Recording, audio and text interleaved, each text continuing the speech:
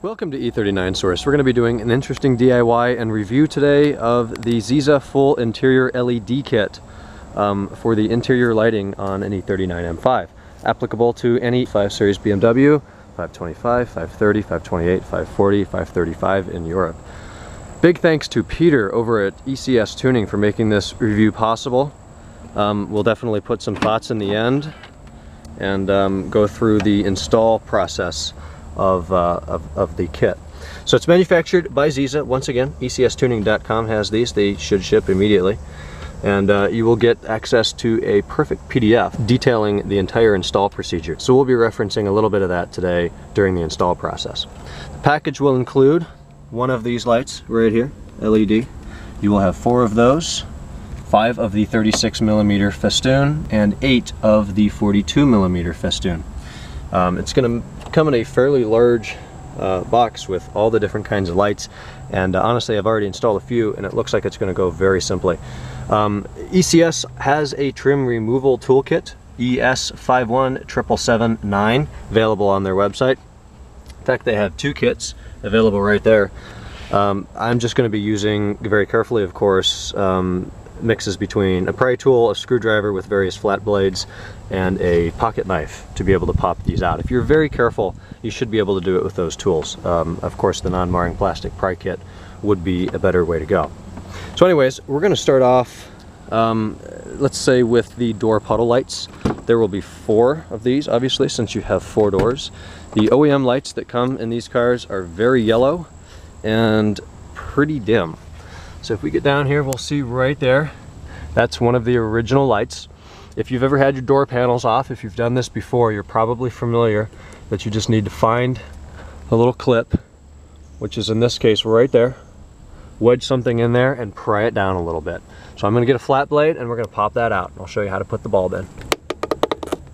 Just like that, little turn, and then the entire thing will come out like this.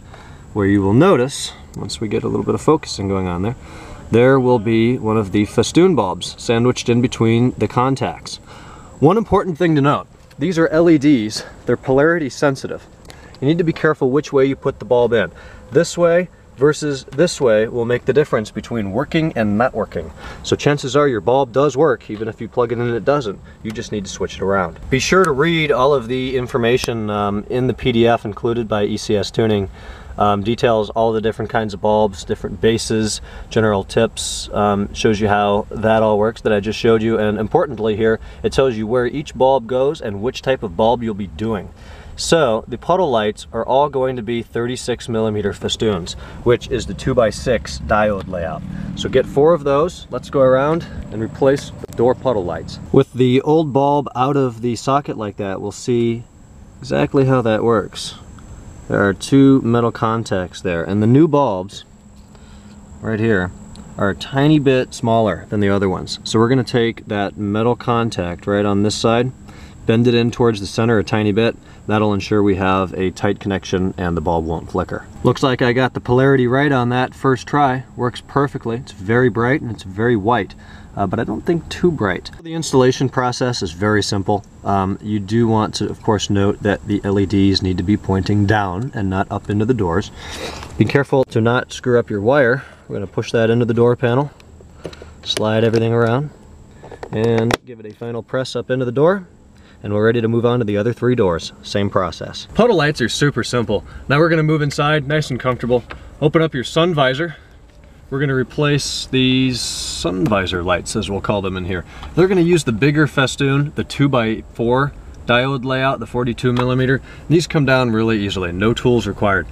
Get your fingers in here, press up on your headliner a little bit. Start off from the windshield side, pop it down, and you'll have just enough wire to get to your old bulbs. Note that these only come on when you slide open your door with your key in position 1.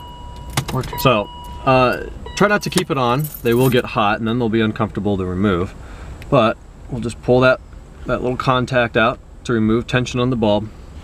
Lift out the old style lights, the old yellow ones. Put those aside and we'll pop in the new LEDs. So here's the new LEDs in place. Super bright, of course facing the wrong way right now. Might want to just roll those over so they are going to face on the outside. Then we'll start with the back side of the light. snap it back up into place, close your door, and you're done with the visor lights. To do the center dome light, we need to remove the entire light. This is where the non-marring pry tool would come definitely in handy. I'm going to be using this old rusty knife. So definitely need to be careful wedging in here along your Alcantara or whatever headliner you've got. Be super careful and work on prying this light down. The entire thing will come out as one piece, and then we'll have to do a little bit of disassembly to get the bulbs out. Light's gonna come down just like that. That's going to reveal a connector. At this point, if you'd like to disconnect it, looks like you're just gonna pull that wire out, or if you're comfortable working from here, that's just as easy. What we need to do though is remove this black or tan, or gray I suppose, depending on what interior you have, piece of trim. So I'm going to reference the install guide and I'll get right back to you. You'll find that once you get the center dome light out, you're going to find several little clips just like that around the light. And what you need to do is use a flat blade screwdriver, a pry tool, a knife, something in there, and gently pry up on those. That will reveal the inside of the light, where we're going to have one of the large 2x4 diode festoons, as well as the bayonets on each side. Here's all the new bulbs installed. The bayonets are going to push in and turn about a quarter turn. Then we can test this before we put everything back together and verify that it all works. Now moving on to the C-pillar light. These, there's obviously two of them, and the bulbs we're going to be using are a 2x4, a 42mm festoon, as well as one bayonet. The bayonet will be used for the reading light, the festoon will be used for the interior light. I'm going to use my trusty knife again. Again, be very careful, or use a pry tool. Do not damage your Alcantara, that would be sad. And we're just going to pop this entire light out. Sometimes it's easier to start from the right side and then the whole thing comes out. It's simply held in with a bunch of metal rivets. On the back of this now we're going to see a circuit board held in with 3 plastic clips. We're going to pull the clips this way without turning the light on. This would be a little easier with another set of hands, but all we need to do essentially is loosen up the plastic clips so the board can pop out. Note the connector is going to stay on the board. Be mindful of that. Once you get one out, it should be fairly easy to slide your tool over, press the next tab out of the way, then the whole board wiggles out like that. Revealing again one of these. It's a little warm. That'll pop out. And then this is the bayonet like we just replaced in the visor. That's going to turn and then lift right out. So we'll put the new bulbs in and show you what that looks like. Here's the new bulbs in the board. We're now going to start closer to the connector end of the board, sandwich that under our first clip. Make sure that the bulbs are fitting well in their pre-cut holes, of course. And then a couple little snaps so the clips regain control of the board and it's back in place. Of course you can give it a test like that, or hit your primary center dome light to verify their function. With the new bulbs in the light, it's just going to pop right back up in the hole. Give it a nice little press, you'll hear it snap in, you're good to go. There's of course one light in your glove box. Pop that open, take a peek up inside, and you'll notice that there's a little notch cut out in the light. That's the hole we're going to use to very gently pry that down. These cars are getting old, the plastic's getting brittle, we don't want to break these parts. They're not that expensive, but you know, why spend money you don't have to? So I'm going to take the knife, slide it up there in the notch, and very carefully pry down to pop the light out. This one's a little different. It's got this little trap door on it. To keep the bulb from getting hot, notice that there is a little pusher switch all the way over here to the left. You can have a friend or tape it up so the bulb doesn't get too hot. I'm just going to ride dirty and keep it down. We're going to take this stainless steel, looks like, or aluminum door here, and we're going to push it towards the connector about a ½ inch. That's going to pop off and give us access to remove the bulb just like we're used to doing. Let that fall out of the way, and we're going to be using a 2x3 36mm festoon in here. Once your bulb is in, assure your polarity is correct and it works with the glove box open. Of course it'll shut when you shut your glove box. Turn your bulb over so it's facing down. Let's replace the metal sleeve here. We don't need to slide it over the whole thing. Note from this angle, put it on like that, push it down maybe a ½ inch.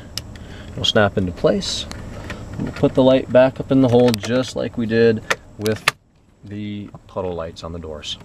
Here are the last two bulbs we're going to use. Note that we only received one of these because we only need one of these. This is the 9 LED wedge light, and we're going to be using that in the trunk. The other one we have left is a 2x4 42mm festoon. So we'll unpackage both of those, and there's two more lights back here that need to be changed. One in the ceiling of the trunk, not the lid. That's going to be pretty much the same process as the glove box. And then there's another one up here in the carpet. So I'm going to pop both those out. I'll show you which one's the weird bulb, and we'll replace those. The light from the carpet, I just disconnected it to let the bulb cool off a minute. This is nearly the same process as the glove box light, although we're using a 42mm festoon. So I'm going to place this in here. Hopefully I get my polarity right on the first try, because this housing is pretty toasty still. We'll plug it in there and find out if it worked. This is the other light from down here, right below your third brake light socket. We disconnected it. It's going to be the same deal with sliding off the metal housing. But take a look at the bulb. This is where the wedge is going to go. It's very different than the other bulbs. So I'm going to guess that we're going to simply slide it right out. I'm correct. It is a wedge bulb. The new one's going to be quite a bit larger. Going to have to be careful with the polarity on this, but we'll slide it in and give it a test. With the wedge installed, it's the same deal of sliding that piece back on and carefully reinstalling it up into the hole in your trunk without breaking anything. Now with that installed, that is everything. The bulbs are now done. I will do a review tonight. We'll do some filming, let you know the color differences, the brightness difference, and how sharp this hopefully looks. Welcome back, guys. Now moving into the review of the LED interior kit. It's been a week, 10 days, maybe upwards of 2 weeks now. Driving the car nearly daily, using the product. I wanted to get used to it a little bit. Having Canon with this 2001 525, which still has the stock halogen interior lights come over, and we're going to do a side-by-side comparison here at night. Our first comparison clip will be the interior LEDs featuring the 2 in the C-pillars and the 1 in the center dome light. Both cars are locked right now. We're each going to hit the lock button a second time, right like that, and we will see the color and brightness difference. Now, Canon's 525 has a gray interior. My M5 has the Silverstone extended interior featuring just black and gray leather. So you're going to see a little bit of a difference there. But the color difference is really remarkable. In comparison, it almost makes the LEDs look blue. Let me show you that they're not. It's a nice, clean, bright white, and it's not too bright. My biggest concern with this is that it would be lighting the inside of the car up like a used car lot or something like that, and it genuinely isn't. I keep hitting the lock button here so it stays bright.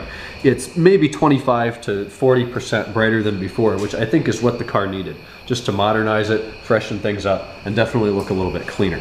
So that's what the inside looks like there. Here with the stock lights, as I said, the gray interior makes it a little bit easier to see things, but definitely a different color white. The camera may not be doing a lot for me right now, but there are the LEDs, and there are the standard halogen lights in Canon's car. Moving on to, I think, the most noticeable difference here with the LED package would be the puddle lights. Go ahead and open those doors, and I really hope the camera can pick that up, and it absolutely can. It almost makes, as I said before, my M5 look bluer and too bright. Again, it's not blue and it's not too bright. Over here we just see the older, sorry Canon, and dim stock halogen lights. Although it does accomplish the task, it definitely does it in a more modern and brighter way with the LEDs. Here's what it looks like getting in. Lights are off. I'm going to talk about the fading here real quick. If we were to get into the 525, watch the light, they fade on at a linear rate, if I may say so. Over here, it's a little bit faster, a little more ramped, exponential fade. So something to note, not a big deal. It's not a sharp blip of light. So now we're going to move into talking about the visor lights, which I think will require a key. Here's what just the visor lights look like with the LEDs. Now, yours will probably look different because you will point your LEDs down inside the car. Get used to that view. I'm going to point mine down inside the car. Right now they're pointed up because in my opinion they're actually too bright, pointed inside the car. There is the difference. In person it is remarkable. Now that the rest of the interior lights have gone off, you can clearly see the entire seat, top half of the steering wheel, some candy on the floor perhaps. It is just incredibly bright. I'm going to open up the passenger side now and we'll get a side-by-side. And certainly there we can see the difference of the lights pointed up inside, which is essentially the same brightness as the halogens would be inside Canon's car. there they are pointed down. I suppose you could do a half and half and get a happy medium there, but I've rarely used my visor lights, and I do not expect them to be that bright, so I've just pointed mine up into the headliner. Now in the 525, these ironically look brighter due to the gray headliner and gray sun visors, but definitely that orange-yellow tone and about the same brightness as the LED should they be pointed up into the headliner. This view right here is just the map lights on in the 525. Again, gray interior, looking brighter than the LEDs, which are about the same for the map lights. Looks like that.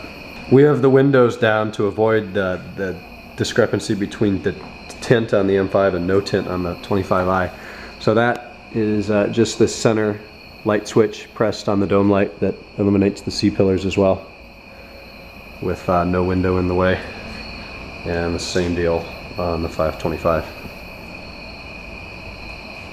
The halogen trunk interior lights look like that, and from the exact same distance the LED trunk interior lights look like that.